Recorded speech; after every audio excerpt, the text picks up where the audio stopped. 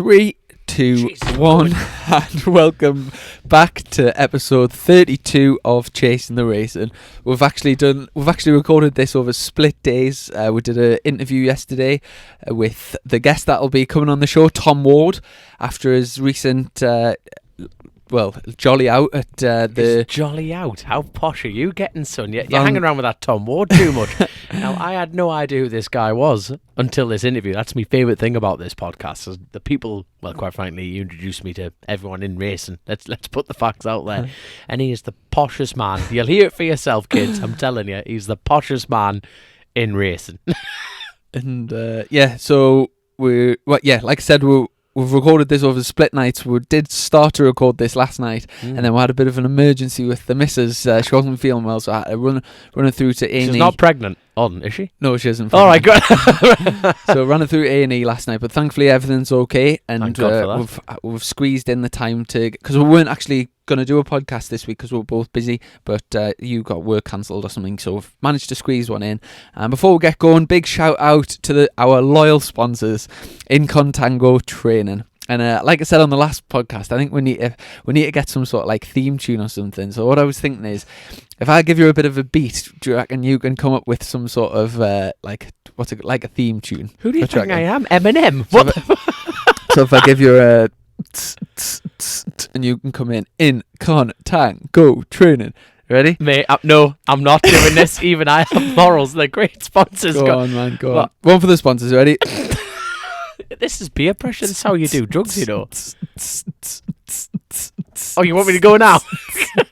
In Contango Training. Welcome to Crazy. Oh, sorry, Bobby. We actually need to start rehearsing these things before we put them out. But, there you go. We're not very professional at this. How many episodes are we in?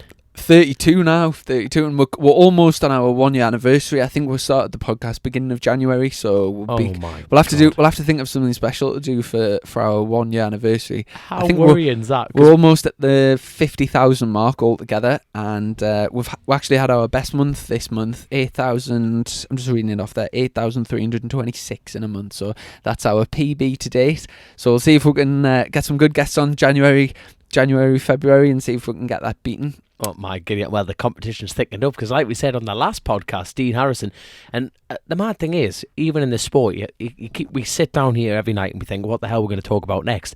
And somehow something always crops up. Dean Harrison's podcast has just come out, hasn't it? It's just come out today, so don't listen to it. Just keep listening to this. I'm not going to tell you the link. Yeah, I haven't actually had a chance to listen to it yet, but I'm quite sort of intrigued to see what it's like, if it's a similar sort of setup to ours or if it's something totally, I really don't know. But this is terrible, Mike, Chrissy, because I've never listened to one of these podcasts back ever.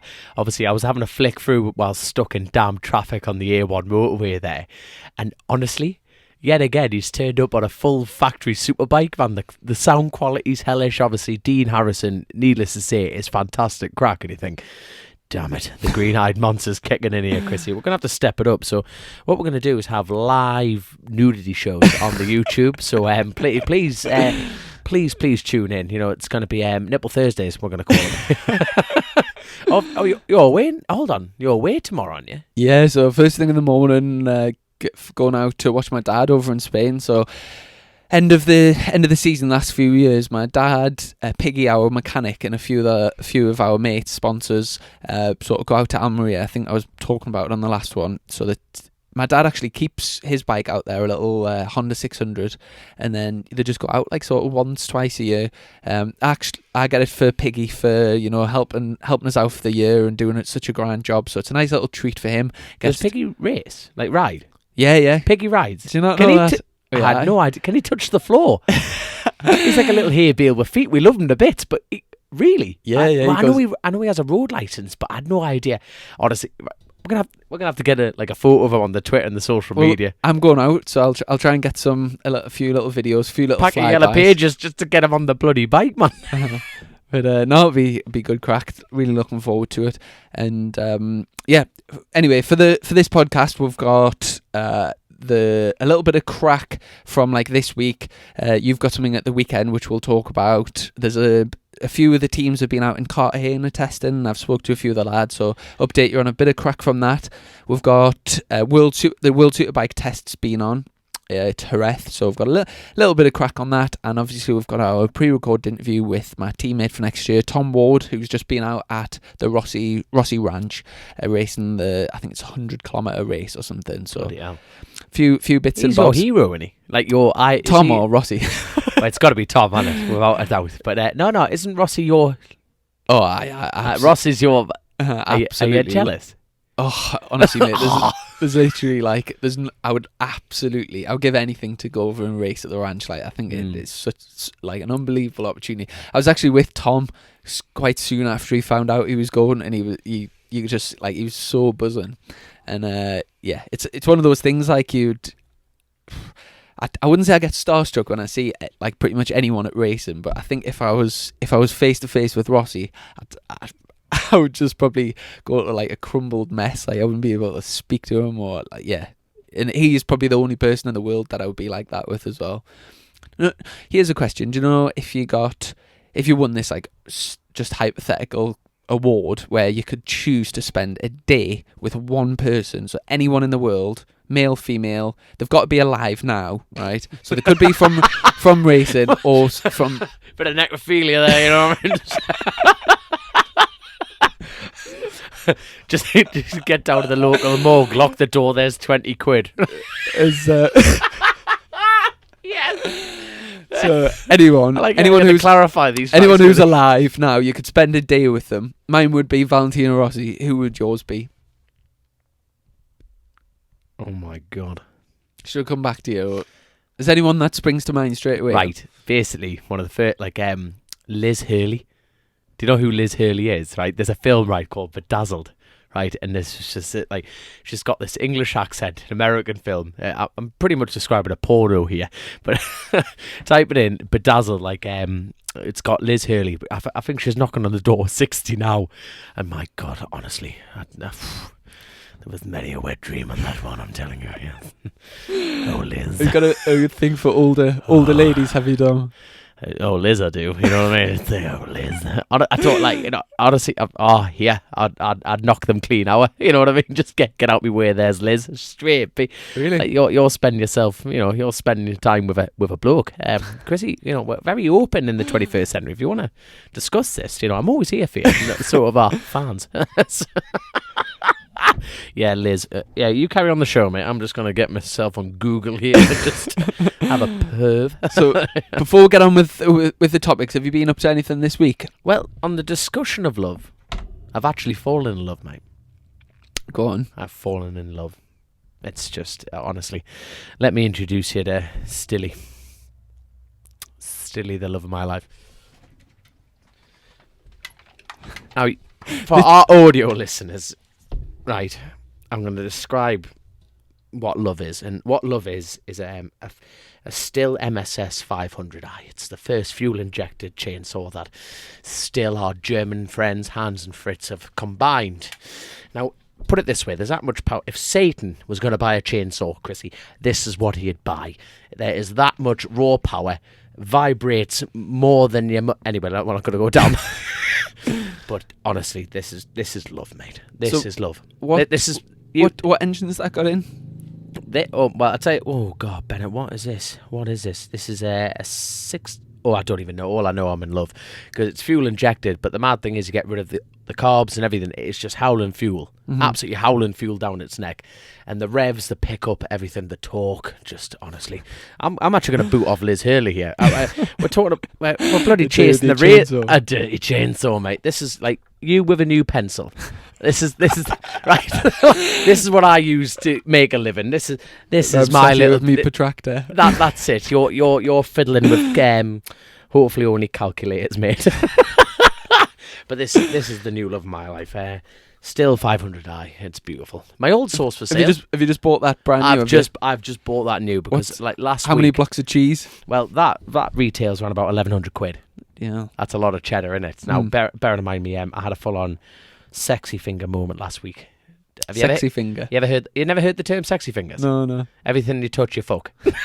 That is a full on. Everything I touched, I destroyed, son. Absolutely destroyed. The saw, well, rotted the saw, bent a bar, did 3 chains in, knocked the flip line, got ripped out of a tree. honestly, man, just everything just went. You know when they say come in threes. Mm-hmm. I think I surpassed that in the first 2 hours. You know, when you just think, for crying out loud. But hopefully, with my new love of my life, well, that's a thing of the past. Chrissy. So how about you? So obviously, bar Emily not being very well, which puts a downer on anyone's week. Yeah. Well, I mean, we've probably spent more time with each other in the past 7 days than what we've ever done. We had three. We did our last podcast. Then we had the awards evening, the North Yorkshire Awards evening, where we got our first trophy for Chasin the Racing. We are an award-winning podcast, ladies and gentlemen. Congratulations for beating us in the. We did a live version of Dom versus the guest, but obviously it was Dom versus me, and on stage in front of the audience. And I've got to say, Dom fair and square with no help from Jack Burnick. I was about to say, hold on, right? If we're gonna dish it out, I did beat you, but I was cheating all the way. Because obviously all the MotoGP questions, Jack Burnick was running up, going, Dominic, it's B. Don't embarrass me, it's B. I'm like, champion, cheers, Jack. And I'm like, B? I tell you what, the first question, it was which track is, and then it named a corner. I had absolutely no idea. So I just acted all calm and I just said, Ulster Grand Prix, like as if it was like obvious. But the corner was called the Flowbog.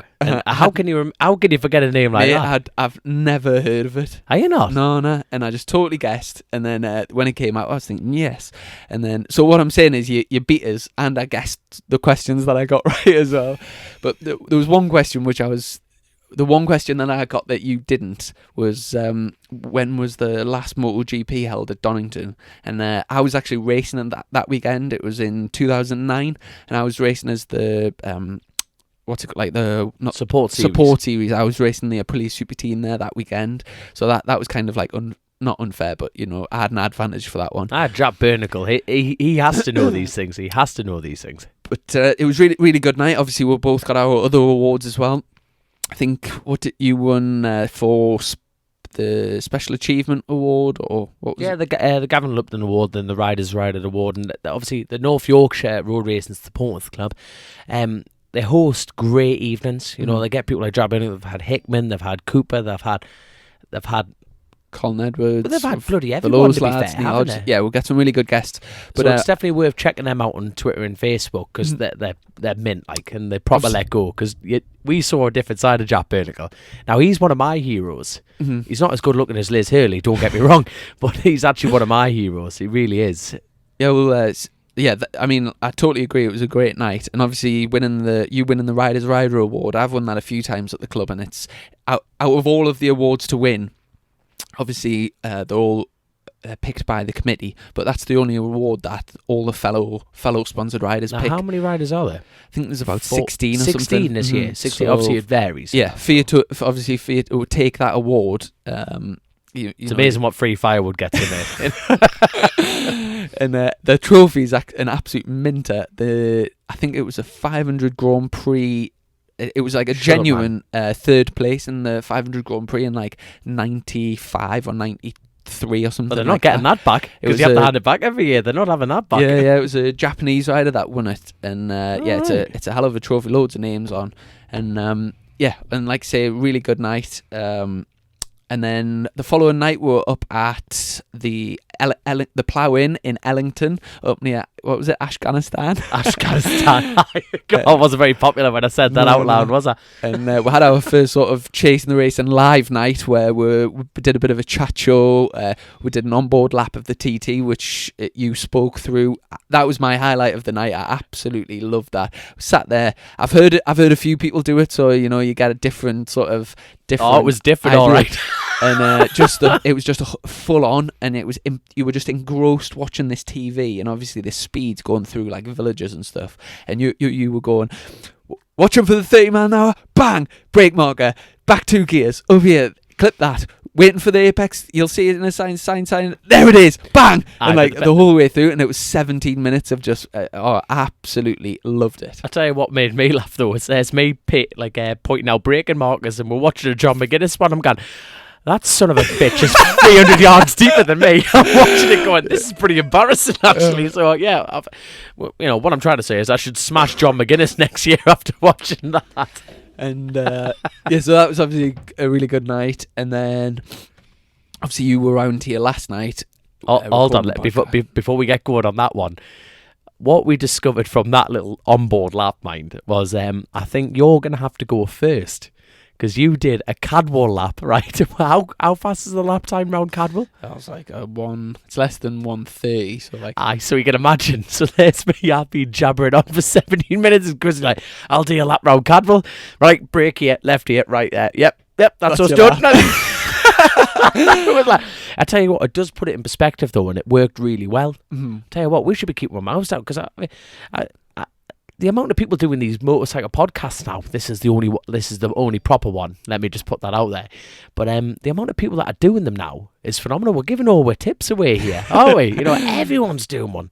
Absolutely everyone. But I think it's a good thing that it's one of those things, like if you want to sell like a shoe shop, it's actually better if a shoe shop's next door to another shoe shop, because then everyone goes there for the shoes, so you get like a bigger audience. It's a little bit like an analogy. So if there's lots more riders doing podcasts, I think it'll grow racing, like the podcasts in the racing fraternity, and it hopefully will all benefit from it. And there we go. I think That's I a very enjoy political way of thinking about I it. enjoy I'm very listening. proud. I enjoy listening to podcasts. So for me, the more the merrier. More the merrier. More Good the stuff. merrier for me. So I've distracted you yet again. Hold on, you didn't even get to the ground total, because obviously we were there for charity, for the Great North Air Ambulance Fund. That's the one, and it wasn't just us. There was lots of donations for the raffle and all kinds. But Carl Bell from Ian Bell Motorcycles there, he was giving out goodie bags, and there was like the raffle. There was a plasma television, man.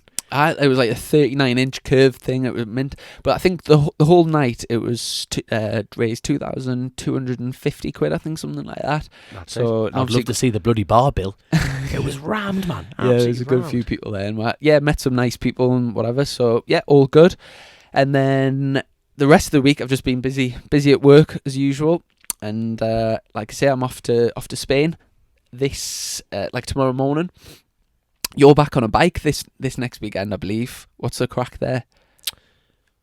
Ooh, giddy hand. Oh, yes, I. So hold on, I've got it on my phone here. See, well, speaking of podcasts, one of my friends, Nathan Smith and Dove from Doncaster. Dove's not from Doncaster. Anyway, I'm complicating this little situation. But no, I'm doing my first British mini bike round. They've got this winter series, and they've already had round one at Three Sisters. That was on the 17th of November. The next one I'm going to is Tattershall, and that's Lancashire. Lincolnshire. Like near Louth. That's the one here. I don't even know where I am, man. Never mind where that is. But no, Peter Hickman's actually getting involved with the club. Right. In a massive way. The O'Vale thing. Have we discussed this? Yeah. When we had Hickman on the podcast, he's the UK importer for that. It's O'Varley, I think you pronounce it. O'Varley. Loads of lads are getting them now. Yeah, I've seen Kyle Coops. Ride's getting one. Lee Jackson's getting one. Yeah. Is Coops getting one now? Coops has got one, yeah. So, but these are lads who actually contend in this. Don't get me wrong, I don't think they're in every round, but they're definitely worth keeping an eye out. And like I say, Nathan Smith there, he started that. They've got their own podcast now. It's called Mech It Talk. And that started off from two-stroke race, and obviously in a thick Doncaster accent. Mech It Talk, baby. That makes him sound like from the African Congo. That Mech It Talk, baby. Shut on, got that fresh. That is the worst accent ever. Oh God. So no, yeah. Obviously, ignore my crappy accent and go listen to this. You sounded like. Did you ever used to watch Little Britain? No, Bubbles DeVere. Oh, Bubbles, darling. Bubbles. Call us on the Monte Carlo number 01 23 45 67. Oh, good God. But no, they're definitely worth a check out. So I'm down there. I've got my own little KTM 85 two-stroke, because obviously after doing the Classic TT this year on the 250, it is mind-blowing. It really is a total different discipline. It really is. Now, the good thing about it is it's just a bit of bike time. Now, funny enough, you mentioned we've been doing this podcast a year, and how you like having the winter off. Now, obviously, that you've got your, shall we say, you've got next year secured, which is absolutely awesome with MSS. have you got the same attitude heading into the winter, or do you want to do a bit more? Obviously, you're Yes. still recovering at the moment. Yeah, but it's mainly shoulder permitting. So this winter, I'm going to need most of the time to rehab my shoulder. I've already started now, and the rehab will really ramp up in like sort of January, February, ready for the season. Mint. So in terms of bike riding, a little tip off on like a little say a pit mini bike, bike aye. could massively sacrifice my season. So obviously I'm not going to be doing anything like that. But Alright, in the future and throughout the season, I think I'm going to be getting a KX250 from Kawasaki UK. All right. So I was thinking maybe not motocross, but I was thinking about turning it into an enduro bike and doing Mint. a bit of green, for bike fitness, because I do. Have you got your license? Not yet. No, I've got my CBT, but I haven't got my proper license. But do you know, for bike fitness for your shoulders and your arms and everything? All So right. I would do a lot of miles and like hard miles, but not without the jumps, because I think that's where the injury comes in. The risk of injury comes in. So yeah, I'll see how I get on. Obviously, keep you updated on that. So where are you racing this weekend? Did you say? Tattershaw. Down in If I'm saying that wrong, I do apologise. So it's actually only on the Sunday. I tell you what, I just had the bloody calendar straight up. And can there. people come and, like anyone Yeah. local come and watch? Yeah, anyone local, absolutely anyone. So it's so spread the word. Pete Hickman's going to be there. I don't think that's a rumor I'm starting, but it's a case of obviously he's very much involved with the club. I'm not sure if he's going to be there or not going to be there. He's a very busy boy, that Peter. Well, Very we'll have to busy get boy. someone on. Maybe Hickman will come on again, or somebody about the O'Varley crack, because obviously it's a new thing to the UK. I think it's quite a big thing in Italy, Spain, It's huge. and a few of the European countries. But the idea is that I think Hickman's the main sort of perpetrator of it, is setting up a one make series on these O'Varley bikes, Essentially like like O'Varley 190s, and they're like a proper bit of kit they've got, like full on. Like proper suspension, slick tyres, Brembo brakes. They're like a miniature. yeah.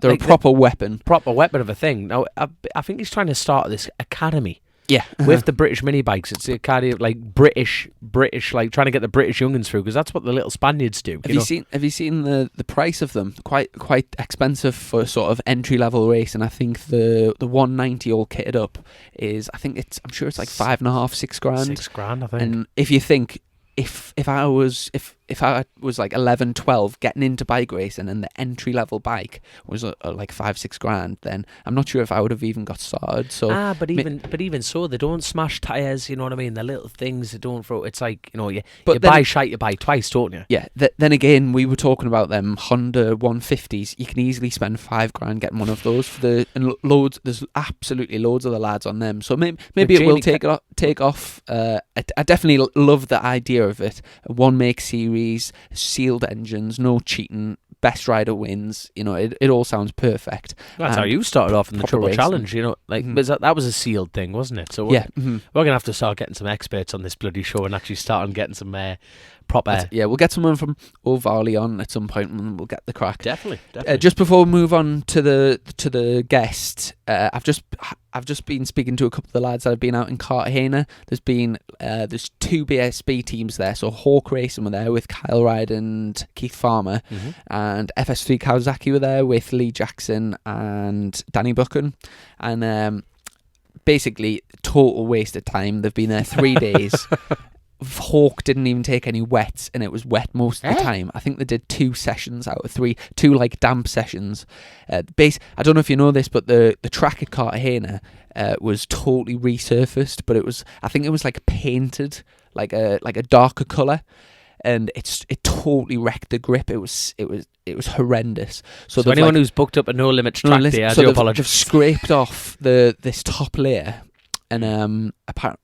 And the lads I was speaking to said, especially in the wet, it was like there's like patches where if you touch it, it's like mega slippy. So they just said it was complete waste of time. And by the sounds of it, the track's not in a particularly good condition, especially for testing. You obviously want to go there and push to test. And by the sounds of it, the lap times are being a fair bit off. I think the last time I was there was beginning of 2018, and on the stocker I was doing like 30. I was in the 35s, so like 35.8 I think was my best on a Superstock 1000 bike, and I think the times, obviously it's been damp there now, but even when it's dry, I don't think they're getting anywhere near the times that they used to. And the track's just not in good condition. So I I've think never been, so I wouldn't know any different. Yeah, there's like a protest there in the, not a protest as in like like banners up, not going. It's called the pro test, like the professional test. In fact, I think they've changed it to Moto. What is it? Moto TP. Moto testing program or something. Right. But Barry Simmons runs that in March, I think. But I'm really not sure. After the lads go back and talk about the track not being good, there's quite a lot of other options for tracks in southern Spain. You've obviously got Almeria and loads of other ones. So I wouldn't be surprised if this year a lot of the teams decide to test elsewhere. Right. Maybe you have to get somebody who's actually been at the track who can talk about it properly. We'll have to get Lee Jackson on then. Yeah, and other than that, been a bit of World Superbike testing recently. So they were at Aragon where Scott Redden topped the testing. 2 seconds. Do you reckon he'll do it again? Because obviously that was one of our first questions of it. Like, when we the podcast got going, Mm-hmm. it was a case of, will Scott Redden do it and everything like that. Well, now that we've seen what he's done, Scott actually had a crash at turn 5 at Jerez. Is that fast? Yeah, pretty. So turn 1's 90 degree, 2, 3, 4. It's like I've crashed there, funnily enough. It's like a long, fast right-hander. So you kind of load the front, going onto the back straight. I presume he took the front there. But yeah, he was the fastest Ducati, to be fair, but he was a fair bit off the top lads. Jonathan Ray. What's a fair bit? This is World Superbike we're talking. So what's a fair bit? I don't just think over a second, so like pretty much a full second. But Jonathan Ray was fastest by 8/10, so he was like nearly another second ahead of everyone else. Or was that in front? Yeah, so in front of P2. So he was 8/10 ahead of, and then so Jonathan Ray did a 1:38.397, which is an unbelievable lap time around there. Loris Baz was second, so Mick Shanley's obviously working his magic there. So P2, then it was Michael van der Mark on the official Yamaha ahead of Alex Lowe's on the other Kawasaki. So he must be getting to grips with that. Then ahead of Scott Redden's 5th and Tom Sykes on the BMW 6th. Reports back I've heard. What about where was Lowe's in that? Lowe's was 4th. 4th? Oh, fair play, mate. They're all around the 1 second mark, so really it's Jonathan Ray, and then there's like a big group of them which are sort of battling for second place. But yeah, reports back. I think Eugene Laverty's really enjoying the new BMW. Other than I know Scott Redden crashed. I don't know if there was many other offs. But yeah, in fact, I read quite a good article the other day, it listed all the crashes, all the riders from World Superbikes, and how many times they crashed last year. Do you know who topped it by an absolute mile? He's not very famous, to be fair. So he's one of the sort of lads towards the back. You're smiling here, so go on. Do you know Del Bianco? Nope. Yeah, Del Bianco had 16 crashes last year. There was a lot of the lads were on. Has he got a ride for next year? 4 or 5. I'm not sure. We'll have to keep an update on that because that will 16 was that race crashes? I think it was like at how many rounds are there? There's loads at World Superbikes. I was about to say because they have like 3 races in a weekend. In a weekend, don't they? Yeah, unlike MotoGP where you have the one and BSB. How many? You only get one a weekend, don't you? Sometimes over the course of the season we'll have 20 races from 12 rounds, so we do usually get 2, but it just varies. Sometimes we'll have 1, sometimes we end up having like 3, because with Superstock 1000 we do these enduro races, so it's like we'll have a pit stop, a 10-minute pit stop to refuel. They're hard work, mind. The training comes in handy then, because we go out, do a full tank of fuel. I'm saying this to you who does the TT. But I'm not an athlete, so not yet. But we do a full tank of fuel, come in 10 minutes, change the wheels, refuel, and then another full tank of fuel. But the good fun, and it's a bit more tactical than just a straight out race. It. But have you got any other crack, or straight over to the interview with Tom Ward? No, I was just about to say we're getting to that time of year now when it's just starting to not drift off, but obviously we've got some good guests coming up, which is grand. But looking forward to hearing our next guest, which is Tom. Obviously, well, I've obviously had the crack with him, so you've had the crack. He's literally the most poshest man ever. The only thing I don't like about posh people is making me feel thick. I just want to knock them off literally their high horse. Well, he's a lovely, lovely man. Oh, good. There we go. And obviously my teammate for this year. I've raced with him since 2009. Not every year since then, but for a lot of the years, he is a real genuine nice lad. Aye. And as soon as I found out he was going to the ranch, I was thinking, as soon as he's been at the ranch, I'm gonna have to get him on the podcast to find out all about it, because I want to go. So without further ado, over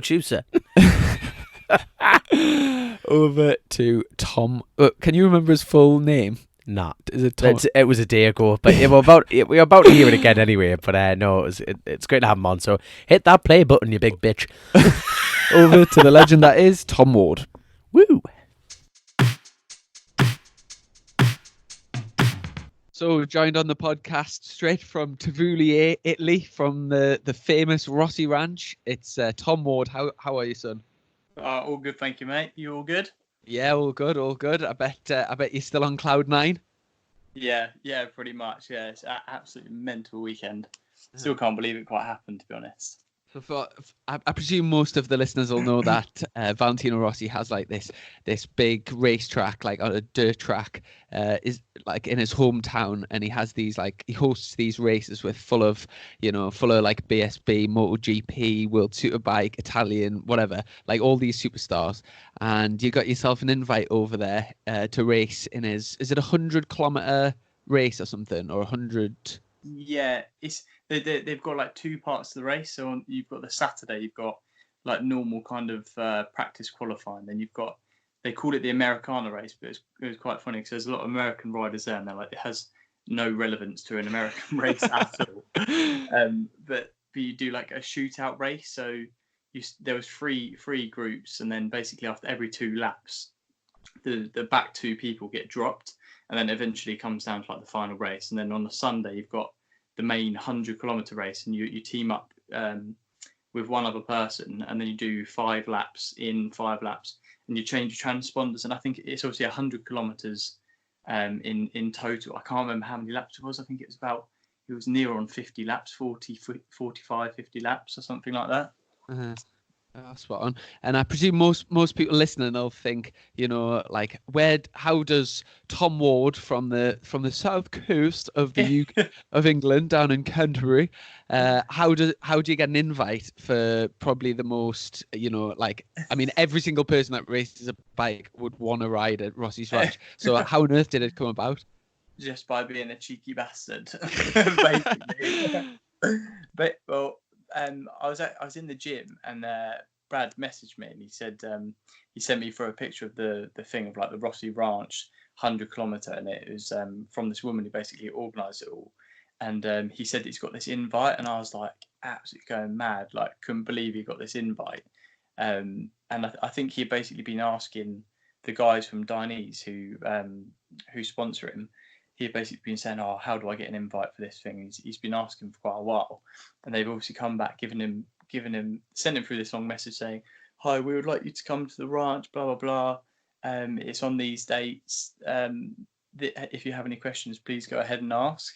So like I messaged him back, going absolutely mad, like couldn't believe it. And then they said, "One of your questions should be, can Tom come?" Like completely taking the piss. Like didn't think anything of it, and then we just like a couple of days went by. Anyway, he called me when I was at home, and he was like, "Oh yeah, the ranch thing." And I was like thinking, yeah. He was like, "Yeah, I've got some news," and I was thinking, "Oh, something like really cool, like Rossi's asked him out on a date or something." And so he goes, "Yeah, you're coming," and I'm like, "You're joking?" Like thinking I'm just coming with him, and he's like, "Yeah, you're riding," and I'm like, literally running around the ceiling doing double backflips on the floor. I just couldn't believe it. And I was like, I thought he was winding me up for ages. But yeah, so it was kind of more cheeky than anything. But I shouldn't have really been invited, to be honest, because I was there, some random bloke from Stock 1000 who's not really done anything this year. And you've got like MotoGP riders and shit. Right. Hello, I'm Dominic, by the way. I'm totally out of the inner circle here. Lovely to meet you, Tom, right? I believe I've never had the honour, and obviously I'm sitting here soaking up all this information, and you are the most well-spoken racer, period. You sound like you should be like drinking tea with a bloody queen. I'm not going to lie, right? So before you two go off on a brisk romance, holding hands in hands in MSS Kawasaki here, right? I want to know, well, I'm going to be very honest. I have no idea who you are, but you sound like a hell of a top bloke, and I've only listened to you for 4.5 minutes. So let's go back to the beginning here, Tom. Who the fuck are you? How did you start racing? Where's this all come from? This like you've ended up at Rossi's house. You know what I mean? You must have a hell of a career, son.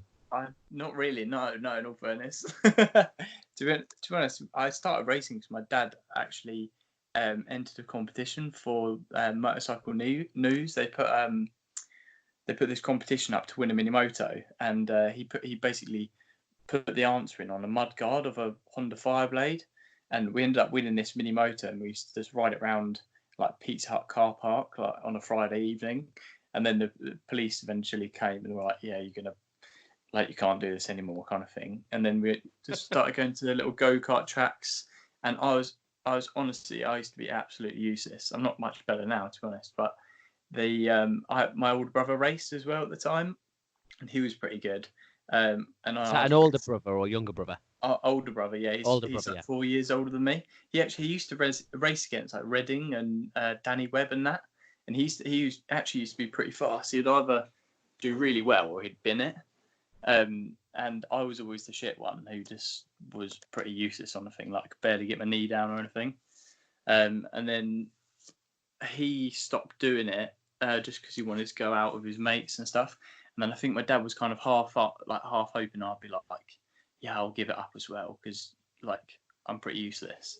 And but obviously I carried on.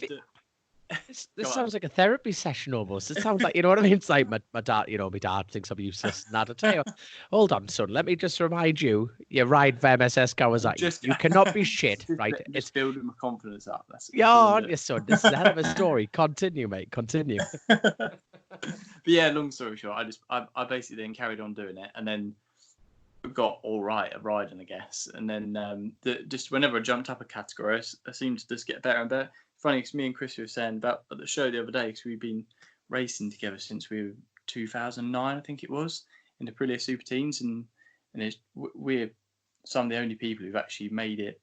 I say made it. We obviously haven't made it yet, but we've kind of gone all the way through the steps in our career.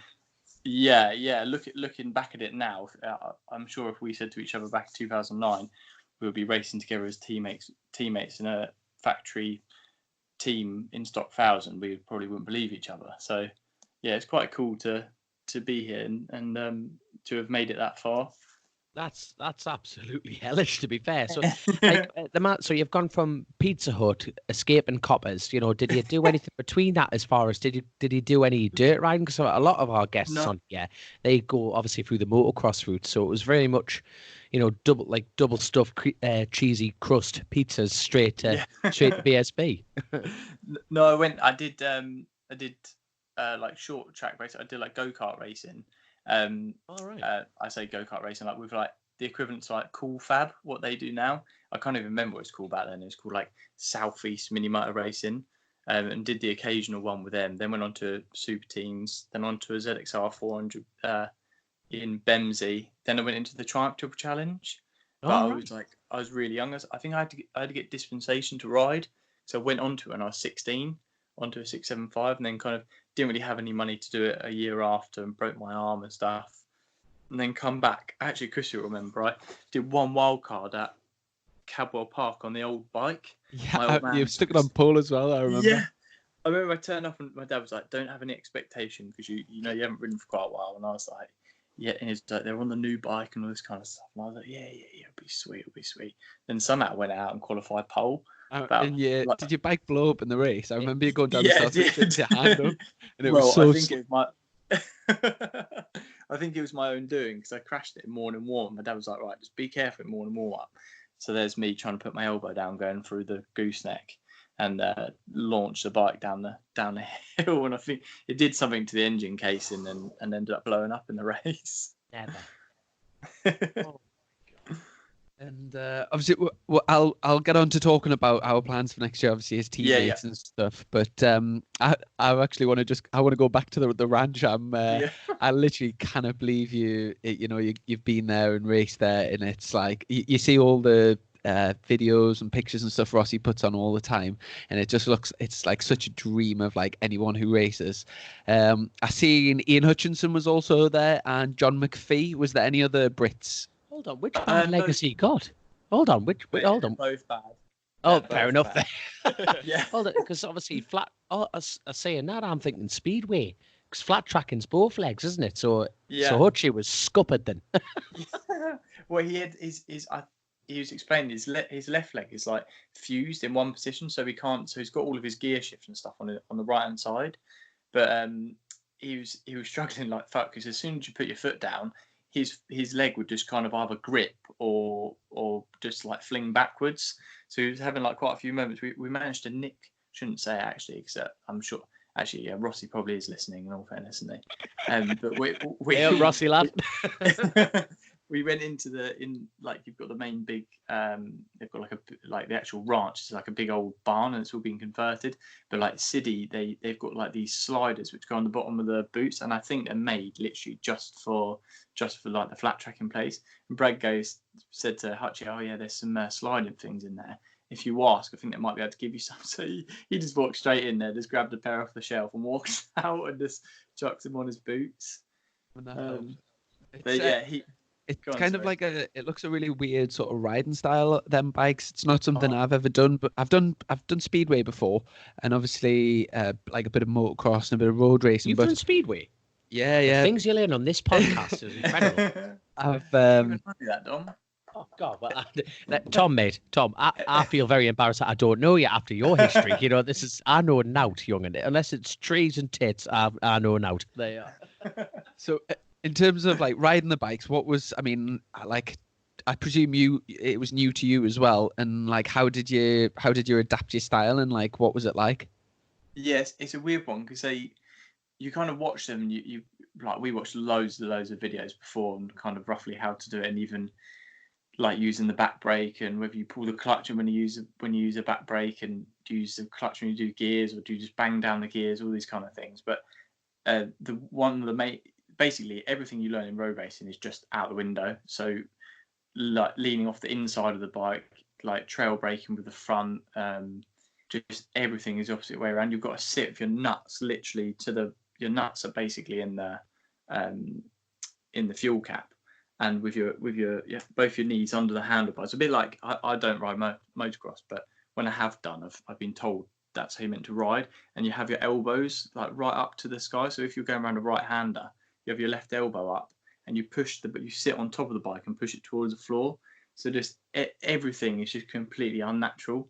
So that's really, really hard to get used to because everything you learn in road racing, you've just basically got to chuck that out the window and just be as loose as possible really on the thing. So, in your opinion, why do people like Rossi and Marquette, like let's be honest, all the Spanish lads, all the MotoGP lads, go to that discipline for training? In your opinion, how does that benefit? It's really weird because we were saying this exact thing because we were thinking it's probably actually quite almost detrimental to do stuff like that, because First of all, the one thing which does help is like when you back in, but obviously on a superbike and stuff, they don't really back in too much more. You're watching MotoGP, a couple of them get a little bit out of shape and stuff, but these things are like to the lock on the way in. You should never be wheels in line at the middle of the corner. As soon as you're off the back brake and it's still backing in, you then pick up the throttle and you basically turn tighter. But we were saying exactly that. I can't see how it can benefit you that much, because then when you jump back on, especially like a MotoGP bike where it's all about lean angle and trailing the front in, but I think it's the actual feel of the bike and the throttle control and just the whole balance of it, because you've got to have just amazing balance. And you watch Rossi and he's just on another planet.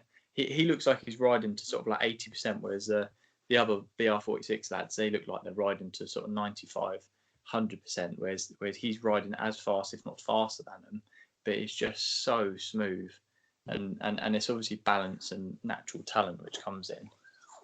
And like obviously when you first got there, you got to Rossi's hometown. I mean, like, were you meeting like? Was there like a tour guide to show you around, or like, where did you have like a look around the? Is there a museum and stuff there, or what? No, well, when we landed in Bologna, and then we went down to the Dainese factory, to go and like have a look around there, and then we came back up, just went to the hotel. Then we had the first day. We were the most eager blokes ever because obviously, we were meant to be there at 10 o'clock in the morning, and we got up. Me and Brad were like, oh, we get up at like 6:30, get there for 7. So we turned up about, I think it was about 7:45. And there was absolutely no one there. And we were there for about an hour and a half before anyone even turned up. But after we'd done the first day of practice, we went down to Tavullia, and there's like as you come into this a tiny little village. Well, it's like a town, but it's really, really quite small. You come in, and everyone drives these little, like, little tut things, like apes, like freewheeler with like a bike engine in them with like handlebars. Everyone like drives them round, and there's like a Rossi cafe, a Rossi pizza house, Rossi restaurant. Is it true? Is it true that the speed limit's 46 kilometers an hour? There is. If you look at all the signs, they've all got 46. You can't even see most of the speed limit things because they're just like sticker bombed with all VR46 stickers. Just honestly, and there's flags all the way on every telegraph pole. There's a massive VR46 flag on every one, on the way in, the way out, like within the whole like 3 mile parameter of the place. It's just absolutely crazy. That does sound good, mind. Yeah, for like a spectator or a fan, it's mate, it's just a must have place to go. Did you buy any special merchandise from the VR46 shop? We didn't actually get anything, but we got given quite a few freebies, which Brad loves a freebie, so he's always pestering for, can we get a t-shirt, can we get this? So what you got? Got a couple of beanie hats, bag, t-shirts. Managed to get 2 sets of them as well, so I gave one to my dad, which he was quite pleased about. Mate, yeah. if I got that close to Rossi, I would have ripped his bloody boxes off him. You know what I mean? Just to sell him, there would be like £1 million on eBay, hands down. You should have mugged him. So obviously, you're mentioning Brad Ray there. So how did you two like get to know each other? Well, when I used to do mini motor racing, he lives about 30 miles from me, so it's not far at all. But we live all like windy shit roads. And he sounds nout like you. He sounds absolutely nout like you. He's the richest bloke in Lyd, so he's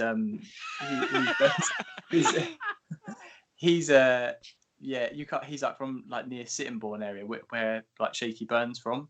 So like you've got the very posh part of Canterbury where I'm from, and then you've got that's the Deutsch, that's like where all the scumbags are from, like where Brad's from. No. No, I think this Brad. He's got his own language, I think. Absolutely class, man. And obviously, getting to actually meet Rossi, they say never meet your heroes. Did he live up to expectation?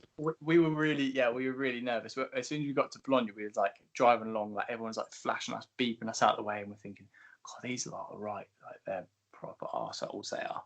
Like, we're not getting a great impression of these Italians, yeah. And we're thinking, what happens if he's an absolute dick? Because we're going to be like really upset. But the bloke was just like beyond nice. He came up to us. We were looking at the time sheets. Me and Brad were about dead last on the time sheets, and he came over and he literally went, ciao, Bradley. Sort of looked at me like, who the fuck is this bloke? And he like genuinely is like, hello, how are you doing? Are you enjoying yourself? And like me and Brad just sat there, just going, just like literally just couldn't even say anything. But he gave us a hug after when we spoke to him a couple of times. And then he gave us a hug after he won the race, and he slapped me on the bum, and I like definitely had a semi as I was walking off. Good lad. Honestly, he's just the most sound bloke ever. And you can see when you watch these videos of him like knocking people off on his scooter and stuff, like everyone is just obsessed by him, and you can see why you end up like if it was me, I would lose a plot. I would probably whack someone over the head with a stick or something. But he's really good with it, and he has so much time for everyone as well. I've seen a video before when he gets off at some airport, and there's like, obviously there's loads of people there to greet him and like to see him and stuff, but then you do get people who are genuinely taking the piss, and like he's like, say if he's going out to race and people are literally like running in front of him, stopping him, it's like it's at some point in the 20-year career, you're gonna have a time where you're like you're a little bit angry, and but in general, he's unbelievable. He's got a great reputation with the fans, and he for being so. I mean, he's by far the most sort of sought after rider of our generation, and like if you asked, he's pretty much everyone's favorite rider, everyone's hero, and he's just got something that nobody else has got. Like I don't even understand what it is. Like no. You can't describe it. But when I'm say watching MotoGP, I'm wanting Rossi to win like more like even like pick any British rider, pick any of my friends, pick anything. There's just something about him which I'm like, I don't even know what it is. But it'll be such a sad day when he retires. Like what about, obviously he's got this VR46 Academy. Did you get to meet any of the younger Italian lads, or did you like sort of socialize? Was there like food, like meals or anything? Yeah, they were like, obviously they were all asking for my autograph stuff when we first got there, so I had to like have photos and stuff with them and all, and like that was a bit annoying. But no, they were they were all really sound, like properly sound. I was kind of thinking, they might be a bit like, because I would be like, God, my head would be so far up my own bum if that was me. Like Rossi's my kind of tutor and my mentor and stuff.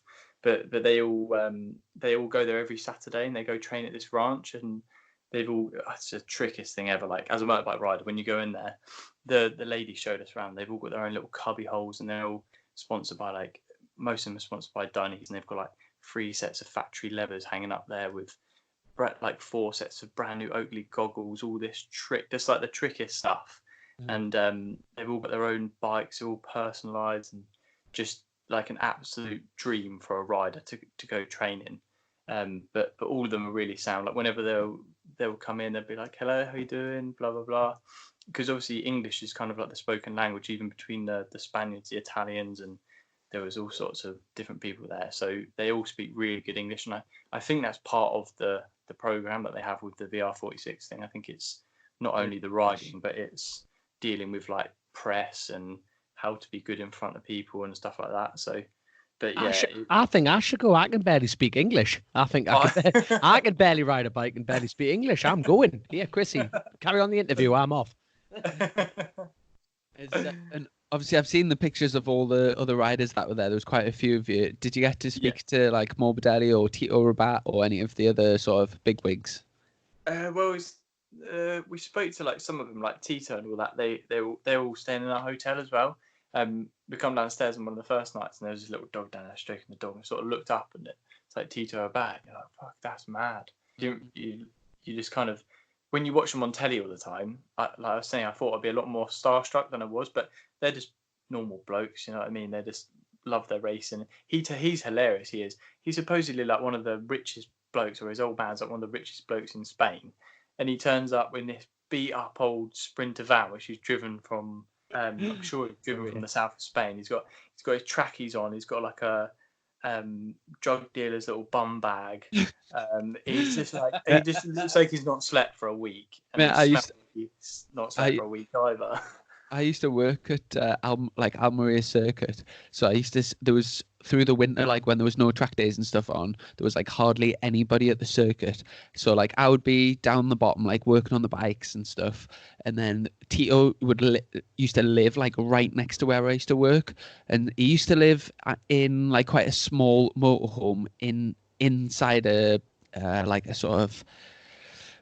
It's kind of like an aircraft carrier, but like a big sort of metal building structure. And then when he was riding for Mark VDS, do you know the proper like lorries that get towed? Gucci, like the massive. It was all Mark VDS like logoed up. That he then started living in that, but it was like at the time he was Moto2 world champion. and he was like exactly what you've just described. He would be like, you would just see him walking around in like scruffy like tracksuit bottoms. Like I remember I was once in the toilets, washing the cups, and there was someone in having this massive shit, and then like I looked over my shoulder and Tito just came out and just walked out without washing his hands, and I just thought, you know, like, and it's just, do you know what I mean? It's like I was like almost pinching myself, like that is like the Moto2 world champion, and like, you know, he's like so famous and everything, and he lives there totally by himself. Like he just got up every morning, was out on his 600 for like an hour before the track days started. Then he would go out at lunchtime, and like in between, and then you would see him going off for a run, and like, but it was like such a lonely existence for him. Yeah. And but you know, it like obviously that year it like totally paid off, and well, for those years building up, training every day at Almeria like massively paid off, and you know, like now he's in obviously world Moto GP, and he's had a decent year this year. But yeah, like obviously you mentioned his dad as well. I think his dad is a big watch dealer, so he's got like big shops all over Spain, like dealing like high end watches. So obviously there'll be a few blocks of cheese involved in that, I'd imagine. So obviously, thanks for coming on the podcast. Do you listen to our podcast? Yeah, I do try to. No. I don't have a no. No, I do. I genuinely do actually try and listen to them. When I was listening to the one last, I haven't listened to the one in between because you must have, because you went like a month, didn't you, without kind of doing one, and then listened to one when I was in Spain at the beginning of last week, and then I haven't seen. There's a most recent one with Davo, isn't there? I haven't actually heard that one yet. Yeah. Did you say you were in Spain last week? Yeah, I was with in Spain with that was just with work with Royal Enfield. Oh right. Oh yeah. Do you know what? It's obviously a good.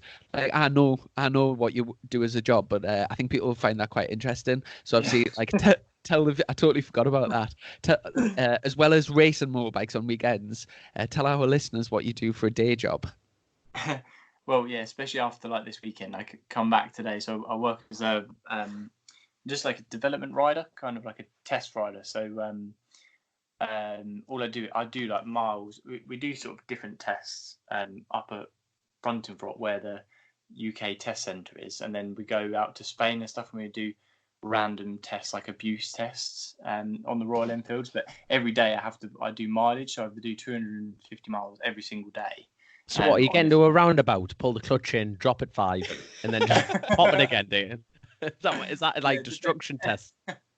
Well, yeah. That if you have specific things, which you do, obviously, they'll be trying to develop something or test something or benchmark it against a competitor in the field that they're selling their bikes in.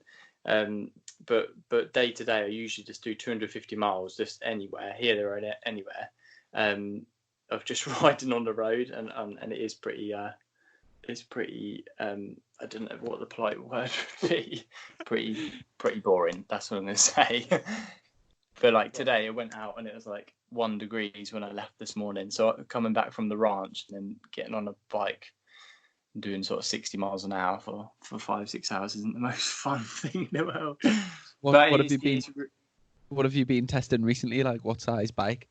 The bikes, I can't really say too much about it because it's kind of like in my contract. I'm not really allowed to say what the bikes are because they're kind of development and then they're not released yet. But don't worry about it. It's only Rossi that listens to the show, so it's absolutely fine. Royal Enfield will have no affiliation with Chasin the Racing whatsoever. So tell us everything. Tell us now. No, they get me to do quite cool because they know I'm a bit of an idiot, so they get me to do like the stupid stuff like the wheelie and the stoppy test, and you have to do like a 100-meter wheelie, and then you have to do like a slosh test, so you've got to go from like side to side at like 60 kilometers an hour, scraping the pegs. Just like for me it's really good fun, but it's obviously deemed as, for us as riders, you're like, yeah, I want to get a bike and try and crash it everywhere. Any jobs going? Yeah, they're actually. If you want a mileage ride, I can put you in touch. Please, mate. Please. Yeah, like I've said this all along. I prefer you over Chrissy anyway. So he's actually getting me work, mate. You just sit there being a fancy teacher, and like Tom, I've met him for I've only spoken to him, not even met him for 28 minutes, and he's offering me a job. You're useless, Chrissy. Yeah, One but thing I seriously, I'll do- take the job, mind. I'll definitely take the job. I'm being serious. I'll definitely take the job. I was going to say, generally, you just need to invest. All you need to invest in is heated gear, because without heated gear, it's just it's impossible. It's like Oh, spot on. Hold on. Who are you sponsored by? Protective clothing wise, yeah. Levers. Who are you sponsored by? Easy heated gear, yeah. Oh, you are sponsored by Day and Easy then? No. I'm being serious. Are you sponsored by Day and Easy? I'm not directly sponsored by the factory. Like, I went out to see the guys at the factory with Brad at the weekend, but I'm That's kind of what I was wondering. I'm linked in with the Dine Easy London store, so spot on. I basically have like a deal with those guys there, because they're the local shop to me. So they deal with me, and then they go direct through to the factory. Right, so I'm got not you. No, like I was a just factory rider. You know what I mean? Oh, right. I know. I was just wondering, because all the BSB lads, after listening to this, would be just go, "Hey, I'll ask Bradley Ray if I can go along." But you actually have a connection. No. Like I say, I've just started speaking to you, so it's a case of you are obviously directly or indirectly, you are a Day and Easy ambassador. So that's how you had the connection to go to Rossi's Ranch. It was more just of the cheekiness, I think, of Brad asking on Oh, my behalf. that goes without saying. That goes without saying. But obviously, that connection did help. Oh yeah, definitely. He sent me a message, because he showed me exactly, because I didn't believe him even when I got off the phone that I was actually going, and he sent me the message. He screenshot the message, and he said to the girl, "Oh, the one question I do have is, can my friend come?" And he stupidly put, "He's very fast," and I think that she obviously thought that I was maybe like a flat track rider, which neither of us are, and we were absolutely useless. Doesn't matter. You went. But she then said, "Oh, what's his name? I'll ask Valet." So he obviously messaged back, and then she came back, and then she said, "Oh yeah, he can come and he can ride too." And I was just like, when he screenshot me that, I was just out cold on the floor at that point. And obviously, going into next season, we're going to be teammates for the Massingbird Monday Kawasaki team run by MSS in the National Superstock Championship. Obviously, looking forward to the season. Have you got anything cool planned over the off season? Yeah, I'm hopefully going. I've very kindly the guys who run one of the national endurance teams, Chrissy, you know him, Craig, who's one of like the head guys at Kawasaki. Him and his teammate Chris, they've got a bike which he's lending me. So me and Brad are going in a couple of weeks, going out to Spain for 3 days to do a test, just to kind of get used to the bike and stuff, which would be mega. So yeah, once we get out on that, then we're obviously going testing in sort of February, March time. So yeah, I'm just absolutely buzzing to get on the bike and just get riding, get behind you, get in the tow, just yeah. Because obviously Kawasaki's going to be a new manufacturer for you this year, after being on the Suzuki for the past few years. And yeah, obviously if you haven't ridden it, you won't really know what to expect. But so testing in a few weeks, and then do you know when we're testing? I'm not actually sure. I'm going up on Thursday. I know that you're going away, aren't you? We're going up on Thursday to Colchester Kawasaki. So we're gonna do there's an open evening thing there. So if anyone local who's listening wants to pop up and come have a look, I know you said on the podcast before how cool it is, but it's such a trick shop. It's absolutely mega. You can get your hair cut, play ping pong, do a bit of everything up there. So so I'm going up there on Thursday. So hopefully, I might be able to work out if they've got any further with the plans with testing and that. Yeah, spot on. Good. Well, obviously looking forward to the season ahead, and I hope your little test in the next few weeks goes well. You'll have to let us know how you get on. And for competition reasons. Yeah. I know that there's Tom's top of the timesheets, mate. Where were you? I know there's a few lads out there at the moment actually testing at Cartagena, but it's absolutely highing it down, I think. So they're not really getting much done. I did see that. Are you secretly quite happy about that, or? Well, I don't think any of our competition are out there. Although it's all superbike lads, I believe. So yeah, I did see that. It's proper honking down out there as well, isn't it? It's not even like light rain. It's proper floods and everything. Yeah. Well, my dad's just flown out to Almeria today. Actually, I think he's on track tomorrow or the next. I can't remember, but yeah, hopefully the weather will change for then. Yeah, And yeah, spot on. Well, thanks very much for coming on the pod, Tom, and thank we'll you very catch much up for with having me. we'll catch up with you soon. Before we go, is there any, like, for people listening who maybe aren't familiar with you, where's the best place to find you, like Instagram, Twitter, etc.? Oh yeah, probably just on the old on the social media things on Twitter, on Facebook and Instagram. Just Tom Ward. I think don't even know what it is. Tom Wardy or something Tom Ward. like that. Tom Ward. It's bad because Dom, you're like this. Everyone knows me at Racing as Tom Ward, but my actual full birth name is Thomas James Phipps Ward, which doesn't. God, that's brilliant. That is absolutely brilliant. You're going to get a knighthood at the end of this season. I'm telling you. The Queen's going to turn up and go, "Hello, Tom. You're all right, son." But not in a Geordie accent, hopefully not. I can imagine you using your full name at work for the Royal Enfield. Thomas. What is it, Thomas James? That's how he got the job, man. It gets even better though, because the race I did at the end of the year, it's called Lord of Liddon, and obviously because I won it, I've actually got the title, so that the full title is got to be Lord Thomas James Phipps Ward. So, Yes.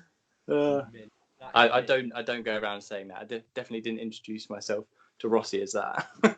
You should have. You should have. Well, anyway, Your Highness, thank you very much for coming on the show. It's been actually great to speak to you. And obviously, I want you to dish out the discipline to Chrissy here now next season. Go for it, lad. Remember to send over Dom's CV to the people at work. Get him his new job. I will do. Yeah. Well, mate. Well, thanks for coming on. Speak to you soon, mate. Yeah. Thank you very much. Cheers, nice Tom. To speak to you guys. See you later. Bye. And we're back. Are you trying to get like a job on Look North or something like that? And we're back, ladies and gentlemen. Ruffle some papers. Yeah. Oh, there we go then. Welcome back, Chrissy. I'm glad you're here. I just totally froze there. I didn't think about what I was going to say, and I just got, and we're back, and I just thought... And we're back, now we're leaving. Cheers for everything. Right to Roo. But spot on interview, obviously. Great lad. And yeah. He doesn't half knock himself down, doesn't he? He's worse than you for that. He's that's saying something, but no, he's he is a proper modest lad. Such a modest lad for, yeah. Do you know what, this year... the year before, I was actually teammates with Tom at Halsall Racing, so I did a few rounds on a superbike, and he was the super stock rider. And then he stayed. I think he bought that bike, but he kind of ran it himself last year with the backing of Bradbury Racing. And basically, him, his dad, and his mate, his mechanic, would set up a little lawn, and obviously super stock. It's a very high level, and you're competing against some really decent, like proper good teams. I was about to say, because mechanics, whatever. And Tom just used to turn up. He used to go and do track days himself, and proper old bumming school. Around on old Royal Enfield. Well, not old, but new Royal Enfields. And hopefully I get that job, by the way. He had some cracking rides. A few spring to mind. Knock Hill. We had this horrendous weather, and I think I finished 4th, and I'm pretty sure Tom was 5th behind me. Then at the last round, he put it on the front row in a damn qualifying session, and he got himself a podium, 3rd place in the last. So he's a great rider, such a lovely lad. But you're right, he's very, very modest. And they definitely they call him Billy, not silly. He can definitely ride a bike, that lad, can't he? And I think the Kawasaki will really suit him next year. The same bike as me. And has he not been on a Kawasaki before? I think we mentioned that. No. So I think obviously we'll get our testing program sorted beginning of the year, and I'm sure we'll hopefully not Cartagena. Hopefully we'll get up to. In fact, did Tom not say on the interview that I think he is going testing at Cartagena with Brad? Well, hopefully he doesn't listen to this before he gets out there. Hopefully everyone's kept it quiet. That's it. So yeah, great lad. Anyway, so you're off to racing this weekend. Are you grafting tomorrow? Yeah, back to work, and obviously taking the new steed. Oh yes, she's gonna get ruined. You'll have to. What's that? Is it Liz? You'll have to nickname her Liz. Call it. Come on, Liz. There, let's off. We're off. No. So I'm off to Liz Hurley's house to cut her trees tomorrow. I've gonna give her some wood. So do you know? Obviously, it's quite heavy to to pick up that chainsaw, are you carrying that the full day, or is it like the full day? But the mad thing, you see, that it's very similar to actually riding a bike in a way, because if you physically pick up a bike and push it, you think, bloody hell, it's heavy. I know riding it's totally different, but if you stand there with a motorcycle and push it left and right, you're still using your arms, you're still using your body. But when you've actually got the inertia of the engine, the gyroscopic effect where the bike actually wants to stand up all the time, it's like if you jump off a motorcycle, it won't just crash, it'll have to lose momentum first, then to fall over. Same with a chainsaw. So the higher you actually rev it, the quicker you can turn it. Like they actually have brash racing in like timber sports and back in the day. So when you cut, it's called dressing out timber. So I have to measure off certain size timber and certain size species, different for different mills and blah blah blah blah. So on Sitka, like Sitka spruce, what we mainly have in this country, like it's mad. We call them tits on the tree, because the mad thing is like where the branch unit, I've lost every listener here, I'm blabbering on about trees, man. No, go on. But like, so you've got the root collar around a branch, so you can imagine when the wind hits it, the branch, it's like your shoulder, so your shoulder's got a joint and you've got all them tendons around. A tree does the exact same thing. So you've got this like big knuckle where the branch needs to support itself, but on Sitka they actually drop like a breast. So when you go underneath, when you're actually hitting the saw against them, you actually go under. This is getting quite sexual now, isn't it? You go underneath the cup and you stroke through the cup. No, so when you're actually revving the saw, you're actually cutting through these branches. Obviously, lower down it's harder, but when you're getting to the top, you're twisting the saw all the time. But anyway, that's a really long version of saying it's lighter when you're working with it. Do you notice that, like, say if you're taking out like a massive tree, do you climb right to the top and then start taking bits off at a time, or? So I'm qualified in both, but I grew up in forestry, so like I started from felling big, like oversized timber from the bottom, but then I did my apprenticeship as a climber. So obviously I've got all my dismantle tickets, like I've got all my machinery tickets, I've got every ticket under the bloody sun. I've actually, believe it or not, I'm the irresponsible one on this programme, and I've got my supervisor tickets, young'un. I'm a supervisor. Oh yeah. What, do you hammer like metal things in to like climb up the tree? Oh no, we've got gaffs. I tell you what, son, right, we're gonna have to do a job swap one day. Imagine me swearing in bunch in front of kids with a tab on like that. Right, listen up. Anyone ginger, get out of my class. And like, you come to work for me for a day. I'll ruin you like you ruined my sister, I'm telling you. But no, it's obviously you got tree climbing gaffs, and like what you do is like they're essentially like aluminium rods that you tie, like you strap to the side of your leg, so it sits on the inside of your boot, so you bridge your foot. You've got a spike which is around about a couple of inches, and you physically dig them into the timber while climbing with a metal flip line. So when you see the old photos back in the day, nothing's much changed. So you're carrying up that saw there. That's like a mid-weight saw. So when you're taking down like big oversized hardwoods, you're carrying like big, like 80cc chainsaws. That's more than like scooters and that. And they got like 4-foot bars on them, like knocking off, like we call them biscuits. So like you're knocking off big chunks and booling them off by hand.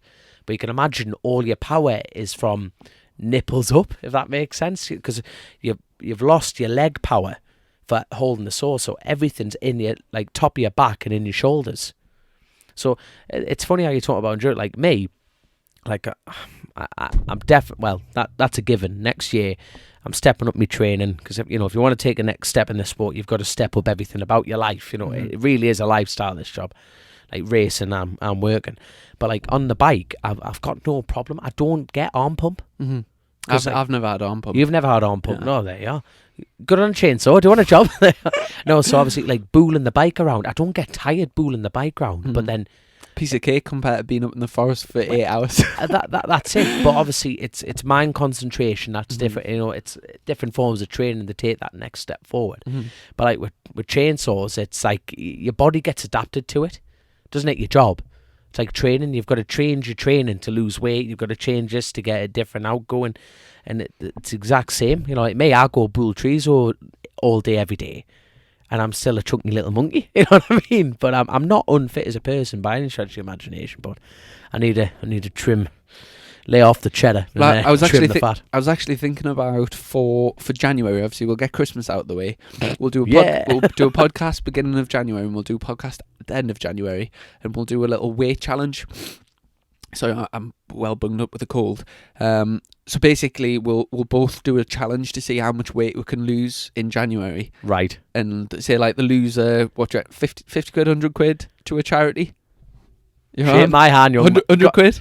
100 quid? 100 quid. Whoever loses the most weight is the winner. The loser has to put 100 quid into. You just pick a charity. No. We'll leave that. We'll put it on Twitter. Another poll.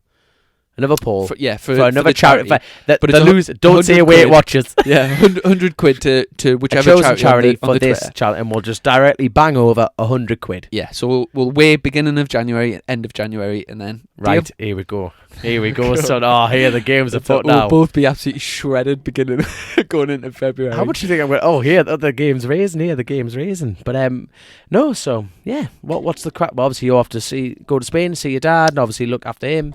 Aye, and then other than that, just busy at work. I've actually got some friends coming up next week. My old teammate, the Jordan Gilbert. All right. So Jordan, Keith, and the family are coming up for the weekend in Newcastle. That'd be nice. When's that then? Not this weekend, the following.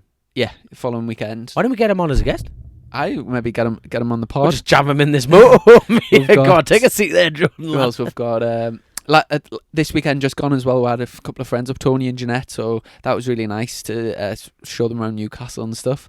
Awesome. And then obviously just the run up to Christmas. I do a veg delivery. The few days running up to Christmas, I work for a lad round the corner, and I go around all the local places delivering the fruit and veg. Shut up, So man. I've booked 2 days in with them this year. So I absolutely love it, getting the Christmas spirit and that.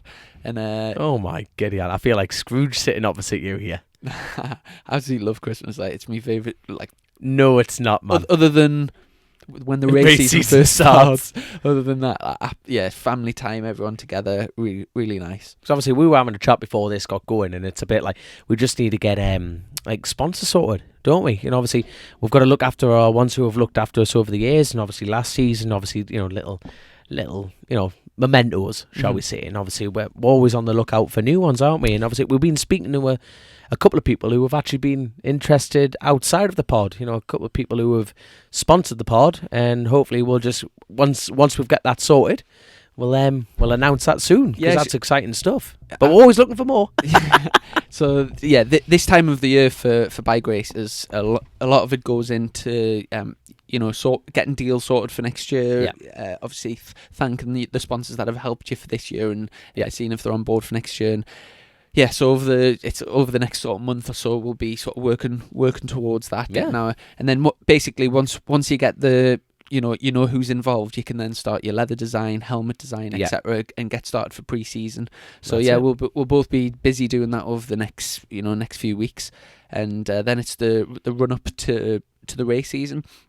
We've actually had a few requests from people on like the Twitter and Facebook and stuff to get a sponsor on the show, and I think that would be a really nice idea to get to see their point of view, what they benefit from being involved in races. The good thing is these conversations are pre-recorded, so if it was say shite all, we'll just don't have to put it on. So if there's any suggestions for people like a sponsor of the sport, and we can have a bit crack about the benefits of sponsorship and like what they get out of it, that might be a nice idea over the Christmas. Definitely. But with that, before we go, we've actually got another sponsor for the show, and we need a competition for a giveaway.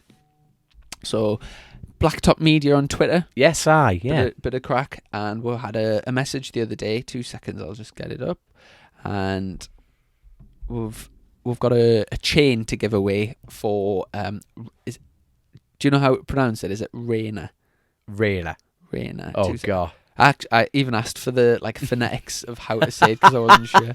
Fair enough. But obviously, it's donated by Blacktop Media, so it'll fit any motorcycle. Is that right? Any motorcycle? Yeah, so it's any road bike. chain. No, motocross, enduro, right. any bike. So Blacktop Media, fair play. So to win the chain, what we'll do is we'll put this podcast out, and if you share it, so retweet it on Twitter, share it on Facebook, put it on your Instagram story, whatever it is, pick a winner for a chance to win the Racin chain. And He's got it's Regina. Sounds like hyena. Yeah. So If anyone wants a chain I'm that pretty you sure can you laugh pronounce at, get a hyena chain. There you are. Hey. I'm pretty sure you pronounce it Raina. So Right, the Racin, it's a motorcycle chain that you put on your motorcycle. So there we go. that's it. Yeah. So big thanks to them guys. And obviously, we keep saying the final thing. It's great to have Aaron Clifford on his way home. Absolutely. Yeah, I seen that on the Facebook. Yeah. Is it 19 weeks after the accident? 19 weeks, that is phenomenal. And he's just got on a flight on the way home. So if you are listening, mate, well done for getting on the flight. It's been a long time. And yeah, get well soon, mate. Get well soon. Yeah, absolutely. And it's you can't even imagine It's a long time away from home when you're not well. Mm-hmm. And just it's such credit to the medical team that have got him to that position where he's flying home, and I'm sure him and his family will be over the moon. And it's a long road to recovery, but it's small steps all the time. Hey, that's it, mate. And lovely sight. So as before we go, big thanks to all of our patrons as well. I see our patrons growing as well, so really appreciate that support. And obviously big thanks to our sponsor. I'm not doing it. Nah, just come on, close this show. Thank you so much. Incontango Training. Incontango Training. Leading risk, finance and God. treasury consultancy. So big thanks. And we should be able to get a podcast in next week. Yeah, hopefully. What happened to the other sponsor, Victory Barbershop? I noticed you're wearing one of our Chasin the Racin hats. Have they butchered you or something? What's happened to your head, son? No, You look like a really budget Craig David. Craig David. Did you used to watch Bo Selector? Oh mate, I've got this photo, man. Oh yeah, I'll have to show you later. I'll put it on Twitter later on. Oh, it's some crack. But anyway, right, let's close this down. Spot on. So, well, all the best. All the best for this weekend on the mini bikes, and we'll Cheers, catch up next week. See you later, mate. See you in a bit, son.